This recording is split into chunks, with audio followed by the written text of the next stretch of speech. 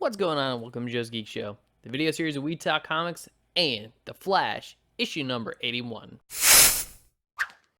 Written by Joshua Williamson with art by Scott Collins, colors by Luis Guerrero, and letters by Steve Wands. And this issue starts out with Zoom punching the Black Flash, and Zoom then revealing that his plan was to release the other forces, gain control of them, so that he could lure the Black Flash out in order to destroy the Death Speedster, so no one else would have to face death again. It is then that inside the Forever Force, Barry throws lightning at the Black Flash, knocking him away, and shows Hunter that it was Eobard Thawne, the Reverse Flash's prints on the gun that ended up paralyzing him. With this realization, the two begin to run away from the Black Flash, as Barry is begging Hunter to help him repair the force barrier. Meanwhile, at Iron Heights Wreckage, Kid Flash and Avery continue to spy on the rogues, but quickly realize Golden Glider is missing, who surprises the two from behind. We return to Barry and Hunter, continuing to run from the Black Flash, but Hunter Zolomon in that moment decides to sacrifice himself in order to repair the force barrier, which he is successful. However, with Zoom nowhere to be found, the Black Flash turns his sights on Barry, but quickly fades away before he can get the Flash. This scene is also played in conjunction with Kid Flash and Avery, noting something is wrong with the Speed Force. The two, plus Barry, are struck by lightning.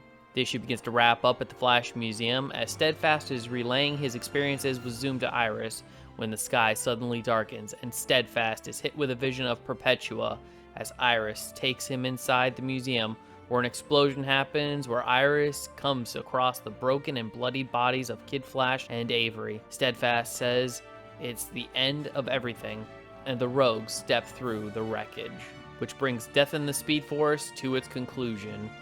So there's a few different thoughts that I had with this book, one of which being Eobard Thawne. So we know that Eobard Thawne went back in time, killed Barry's mother, and put him on the path to becoming the Flash. But now we also get the realization that Eobard Thawne also gave the criminal Hunter was chasing the gun that paralyzed Hunter in the first place, which put him on the path to becoming Zoom. And I'll admit this part is a little weird because when it comes to Eobard Thawne and the explanation that we've been given over lots of different comics and shows, that the reason that Eobard Thawne went back in time to kill Barry's mother was because he hated Barry. But now it seems that this was all part of some bigger plan, which I don't know how to feel about that just yet. I will say Joshua Williamson is definitely going to need to take his time on this one to really explore if he's looking to kind of change story elements a little bit, because the story of the Reverse Flash has been cemented pretty heavily into Flash lore, and digging up those roots to kind of make adjustments for his story needs to be treaded very, very carefully. We also have Barry, Kid Flash, and Avery. They got struck by lightning. The two younger speedsters say that they still feel the connection to the Speed Force, but Kid Flash points out that something still feels off. And then we have the disappearance with the Black Flash as a part of that. And if I were to take a stab at it, which I think I might be right, it's that they can feel the Speed Force, but they can no longer use it. Because as we saw in this issue, Barry even stated he would rather watch the Speed Force go bye-bye than to see anyone else die at the hands of the Black Flash. We've also got the vision from Steadfast as he saw Perpetua, who is a very big character in the pages of Justice League right now, as we are in this whole year of the villain story arc. We also have the Rogues now back in Central City. They made themselves known, and they look ready and determined to take out the Flash. And again, if I'm correct to assume that the Flash can no longer use his speed powers, along with Kid Flash or Avery, he could definitely be in for a world of hurt. And one of the things that I kind of wish this book did was delve into the Forever Force a little bit more.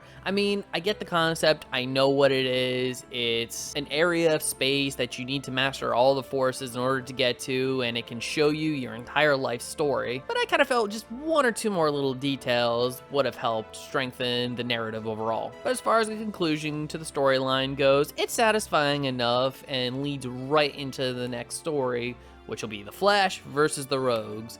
And I'm going to say that The Flash issue number 81 gets the cool silver medal. So The Flash issue number 81, have you read this book? I would love to hear your thoughts.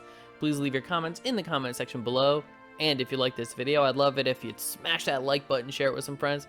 Subscribe if you're not subscribed already, and ring that notification bell for more comic book content. And if you're wondering what to watch next, consider one of these two videos. All right, take care, have a great day, let's read some comics, and as always, stay geeky.